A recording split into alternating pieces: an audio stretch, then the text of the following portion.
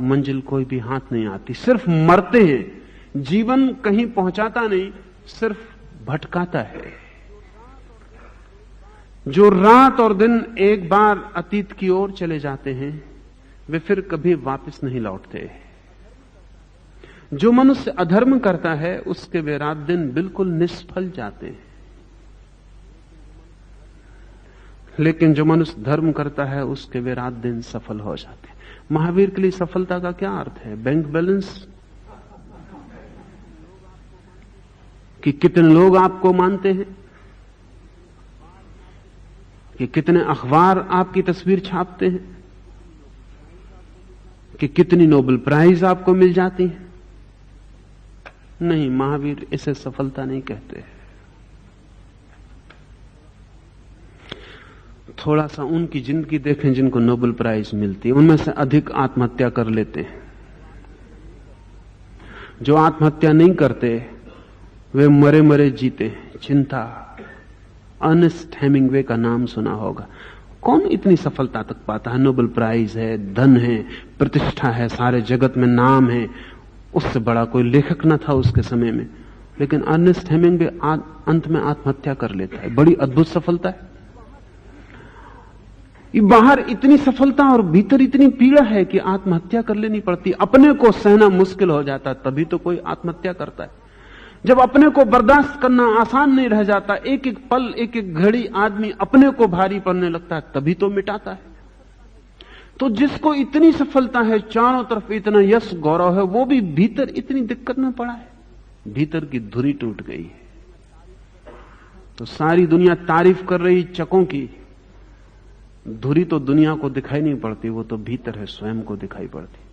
सारी दुनिया चांदी के वर्क, सोने के वर्क लगा रही चाकों पर, और सारी दुनिया कह रही क्या अद्भुत चके हैं, कितनी कितनी उबड़ खाबड़ यात्राएं की, और भीतर धुरी टूट गई। वो गाड़ी ही जानती है कि अब क्या होना है। इन चकों पर लगे हुए सितारे काम नहीं पड़ेंगे, अंत में तो धुरी। उस धुरी की सफलता महावीर के लिए क्या हो सकती है? महावीर के लिए एक ही है, समय तो बीत जाता है। उस समय में हम दो काम कर सकते हैं। या तो उस समय में हम अपनी आत्मा को इकट्ठा कर सकते हैं, या उस समय में हम अपनी आत्मा को बिखेर सकते हैं, तोड़ तोड़ टुकड़े टुकड़े कर सकते हैं। समय तो बीत जाएगा, फिर लौट कर नहीं आता, लेकिन उस समय में हमने जो किया है वो हमारे साथ रह जाता है, वो कभी नहीं खोता। इस बात को ठीक से समझ लें। समय तो कभी नहीं लौटता, लेकिन समय में जो घटता है वो कभी नहीं जाता, वो सदा साथ रह जाता है।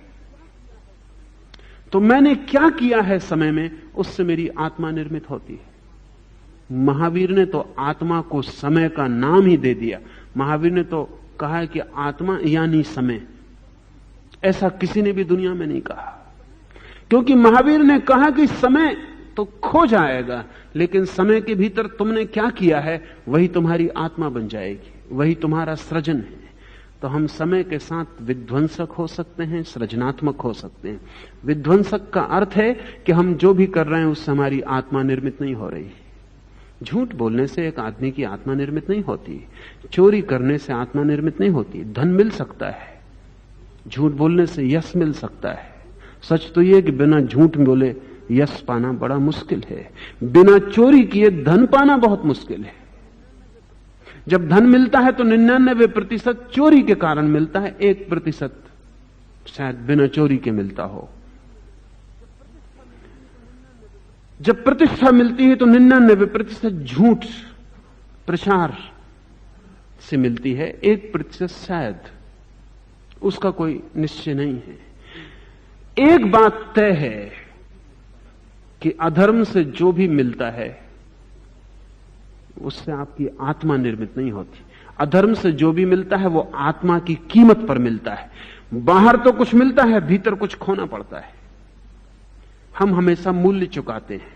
जब आप झूठ बोलते हैं तो मैं इसलिए नहीं कहता कि झूठ मत बोलें कि इससे दूसरे को नुकसान होगा। दूसरे को होगा कि नहीं होगा ये पक्का नहीं है, आपको निश्चित हो रहा है ये पक्का है। दूसरा अगर समझदार हुआ तो आपके झूठ से कोई नुकसान नहीं होने वाला है, और दूसरा अगर ना समझ है तो आपके सत्य से भी नुकसान हो सकता है। दूसरा महत्वपूर्ण नहीं है, महत्वपूर्ण आप हैं। अंततः जब आप कुछ भी गलत कर रहे हैं तो आप भीतर आत्मा के मूल्य में चुका रहे हैं, व्यर्थ का एक कंकड़ इकट्ठा कर रहे हैं और भीतर एक आत्मा का खंड खो रहे हैं। महावीर इसको असफलता कहते हैं कि एक आदमी जीवन में सब कुछ इकट्ठा कर ले और आखिर में पाए कि खुद की धुरी टूट गई, सब पाले और आखिर में पाए खुद को खोकर पाया। ये तब मृत्यु के क्षण में जो पछतावा होता है, लेकिन तब समय वापस नहीं आ सकता। पुनर्जन्म की सारी भारतीय धारणा इसीलिए है कि पिछला समय तो वापस नहीं आ सकता, नया समय आपको दोबारा मिलेगा। पुराना समय को लौटाने का कोई उपाय नहीं, लेकिन नया जन्म मिलेगा, फिर से नया समय मिलेगा। लेकिन जिन्होंने पुराने समय में मजबूत आदतें निर्मित कर ली हैं, संस्कार भारी कर लिए हैं, वे नए समय का भी फिर वैसा ही उपयोग करेंगे। थोड़ा सोचें, अगर कोई आपसे कहे कि आपको हम फिर से जन्म दे देते हैं, आपका क्या करने का इरादा है, तो आप क्या करेंगे? सोचें थोड़ा, तो आप पाएंगे कि जो आपने अभी किया है थोड़ा बहुत मॉडिफाइड, इधर उधर थोड़ा बहुत हेरफेर, पत्नी थोड़ी और अच्छी नाक वाली चुन लेंगे कि मकान थोड़ा और नए डिजाइन का बना लेंगे। क्या करेंगे? क्या?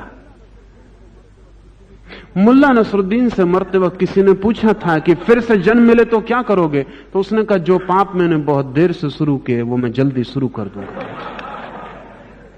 क्योंकि जो पाप मैंने किए उनके लिए मुझे कोई पछतावा नहीं होता, जो मैं नहीं कर पाया हूं उनका हमेशा मुझे पछतावा होता है। आप भी ख्याल करना, पाप का पछतावा बहुत कम लोगों को होता है, जो आप पाप नहीं कर पाए उसका पछतावा सदा बना रहता है। और करके पछताना उतना बुरा नहीं है, ना करके पछताना बिल्कुल व्यर्थ है। कभी आपने ख्याल किया